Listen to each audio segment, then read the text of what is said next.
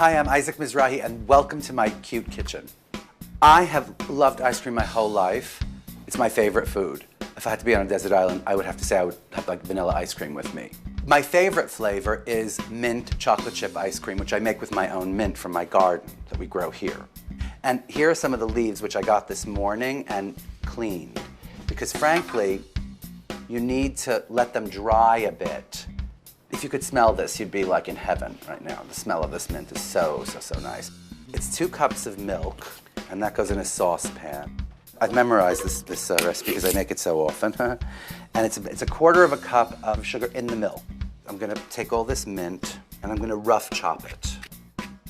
If it was not dry, it would add water to the ice cream, and then it would be like sort of gross. All right, so we've added the sugar and the mint.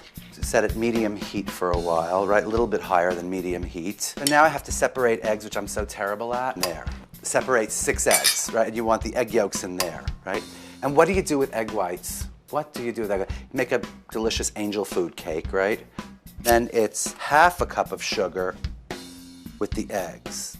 You want to whisk these eggs and the sugar together, right? If you do this for about 2 minutes, it gets lighter and it gets thicker and thicker. Let's see, I'm just going to stir the milk a little bit. The milk, when you're steeping it with the mint, it doesn't matter if that boils a little bit, but once you get the custard together, you don't want it to boil at all. You don't want it to crack at all. So now the milk is about right. I'm going to lower the milk to low from medium, okay? Put like about 1/2 cup of milk into the, a little bit less than 1/2 cup of milk like that, into the egg yolks, right? And just kind of like incorporate that in. So I'm just going to turn off the flame while I reincorporate this mixture into the milk. Just keep stirring, stirring, stirring the whole time. Don't stop stirring. I'm going to stir this on low for about 8 minutes. So now you strain this through. It makes it really minty when you do this. Mash it through the strainer. You pour the cream in. So now this goes to the ice cream room. We have an actual room for the ice cream maker. Because it's so big, it doesn't really fit in the kitchen. So I use this room as the ice cream room. It gets poured into this ice cream maker like that, right? And then, I'd say set it at 20 minutes. I like to get every last drop of that mixture, okay. So here, we're chopping up chocolate, right? Like I use a lot of different chocolates in this. And then it's good to like use all this like chocolate powder in there that comes from the chopping, I swear, because it adds to the flavor. So now that's ready to be put in the freezer. It needs about 4 or 5 hours to set up the ice cream. So this is it. This has been set overnight.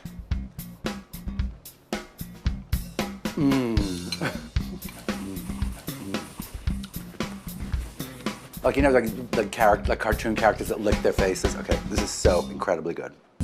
I usually stand right here. It's kind of a wonderful spot because it has just enough workspace. If I have too much workspace, I don't know where to stand.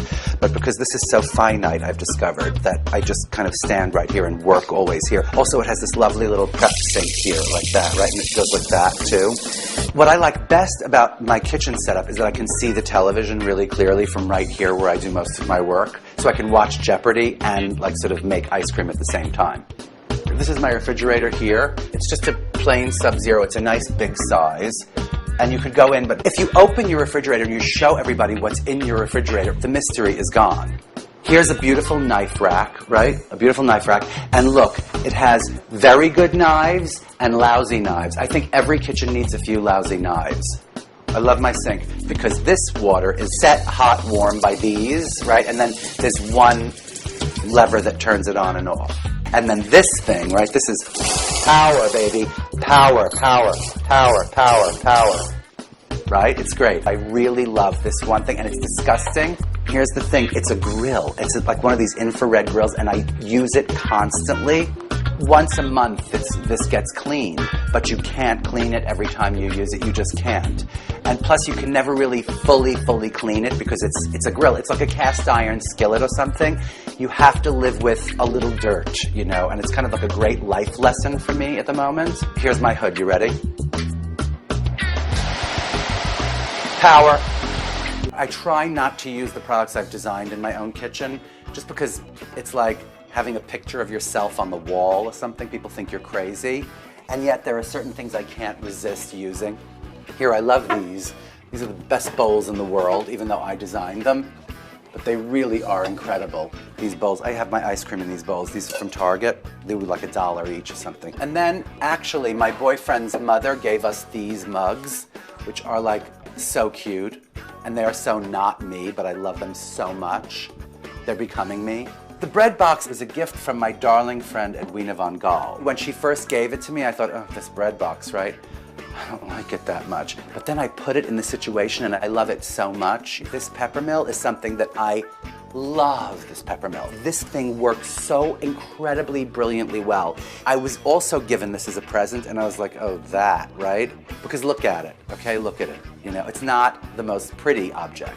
I'm telling you, I'm desperate for another few of these. Maybe natural wood would be beautiful. My little crazy new espresso machine, which does nothing but take up space. I never drink espresso. I mean, it works very well. And occasionally I make an espresso for guests, you people notwithstanding. I don't know why. I'm a collector by nature, a collector of things like recipes and ingredients. This is my book of recipes. This is Laurent Turendel's cheese biscuit recipe that I liked, and he gives it out at the restaurant, so that's it. But this is how I made it, right? And it says like cheddar biscuits, amazing. That means my version is better than his version. Then sometimes I make lists of things that I've cooked, right? Like Christmas Eve, that day for lunch we had a frittata. For dinner we had a chicken with gratin potatoes and a vegetable. Oh, that's really specific. I'm so glad I wrote it down. I obviously loved that one. I crossed that one out. When I was a kid, I used to do these crazy things like dice up mushrooms and saute them. Like when I was 9 years old, I remember I'd come across the word saute and I thought it was a wonderful word. So I started sauteing things for weeks and weeks. And my mother to this day talks about how I would saute onions or saute, like, you know, shallots or something like that. I'd just chop them up. It's like taffeta. I really like the word taffeta. And sometimes I think I became a fashion designer because I liked the word taffeta so much. I think I started to cook when I was 9 or 10 years old because I liked the word saute so much. Isn't that funny? I just thought I must saute.